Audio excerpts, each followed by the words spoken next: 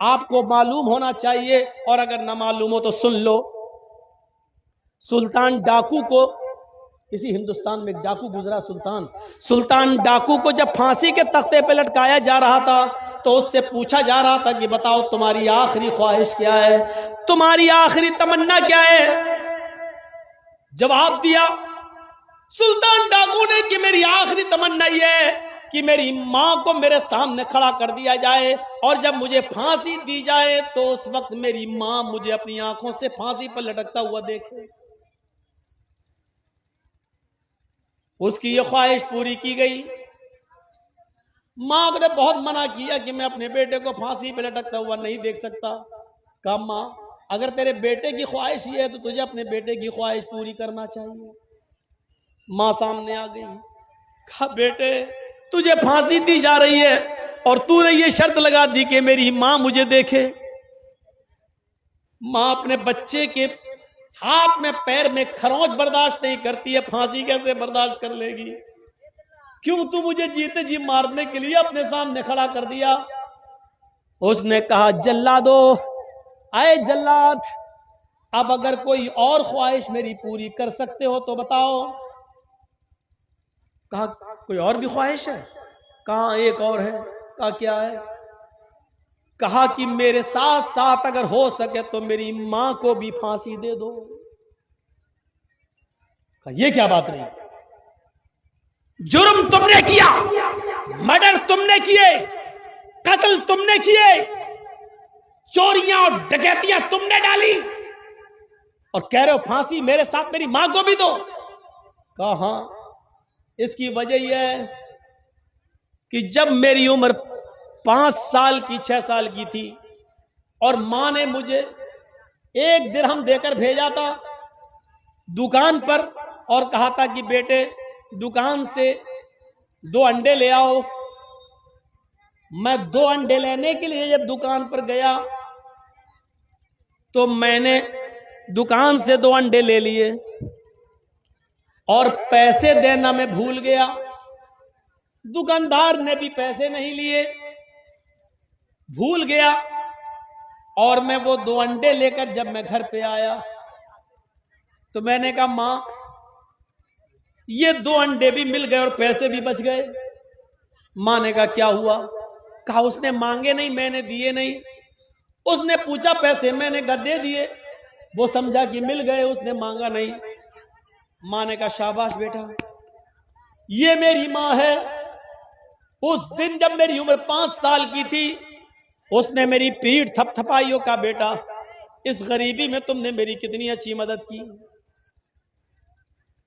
उस दिन के बाद मेरी हिम्मत बढ़ गई।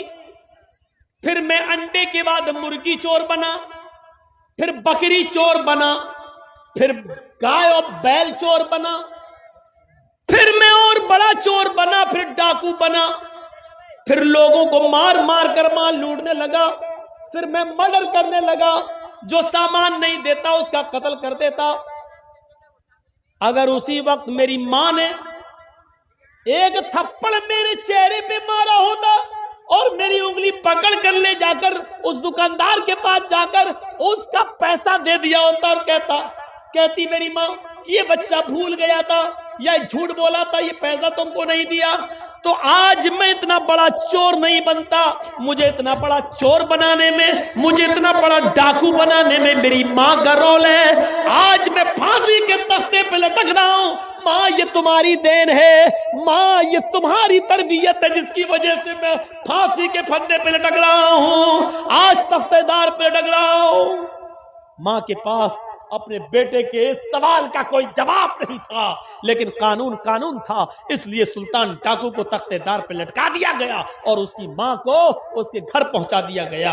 माएं अपने बच्चे को तरबियत देकर अब्दुल कादिर जिलानी भी बना सकती हैं और मां अपने बच्चों की तरबियत न देकर सुल्तान डाकू भी बना सकती हैं। Mother's lap is first college for children. मां की गोद ये बच्चे का पहला मदरसा है। बच्चा मां की गोद से जो तरबियत सीखेगा वो सीखता है, और बच्चे को अगर मां ने नहीं सिखाया तो दुनिया की किसी यूनिवर्सिटी से कोई अच्छा लड़का अच्छी तरबियत लेकर नहीं उठेगा। यहां जितने शराब पीने वाले हैं जरूर उनकी शराब पीने में उनके माँ बाप का कोई रोल रहा होगा, वरना कोई नौजवान शराब नहीं पीता। अगर कोई बीड़ी सिगरेट और पान तंबाकू का खुकर है तो यह तरबियत तुम्हारे माँ और बाप की है, माफ कीजिएगा। अगर कोई शराबी शराब पीता है तो यह तरबियत तुम्हारी माँ और बाप की है। अगर कोई 200 और 500 और 1000 रुपए में जाकर लड़कियों के जिस्मों से खेलता है और जिना करता है गुमटियों पर या फिर अड्डों पे और चकलों पे जाके, तो इसमें तुम्हारी नहीं तुम्हारे माँ बाप की तरबियत का रोल है।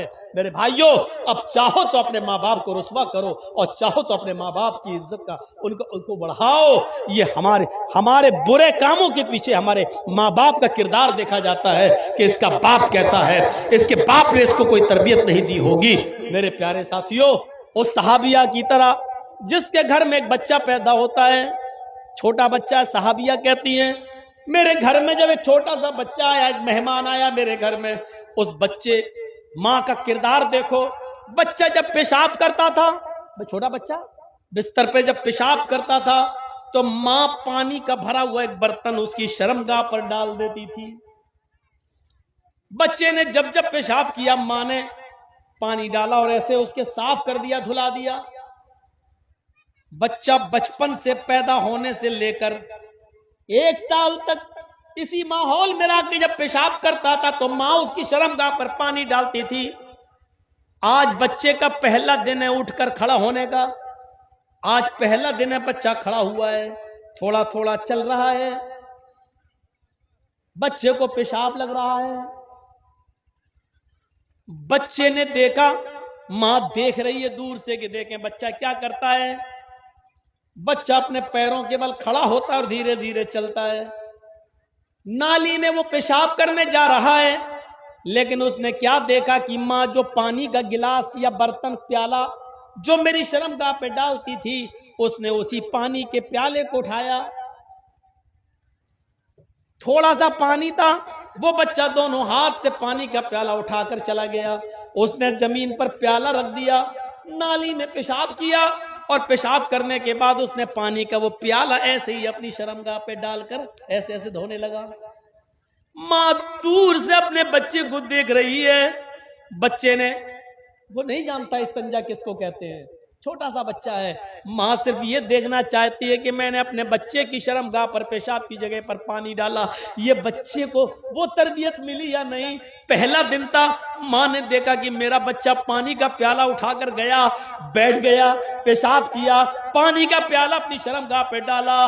माँ की आंखों में खुशी के आंसू आ गए, माँ की आंखों में खुशी के आंसू आ गए और चीखते हुए कहती है फुज़्तु बिरब्बिल काबा, काबे के रब की कसम में कामयाब हो गई, काबे के रब की कसम में कामयाब हो गई। मैं अपने बच्चे को जो सिखाना चाहती थी मैं उसमें कामयाब हो गई, मैं अपने बच्चे को जो तरबियत देना चाहती थी मैं उसमें कामयाब हो गई।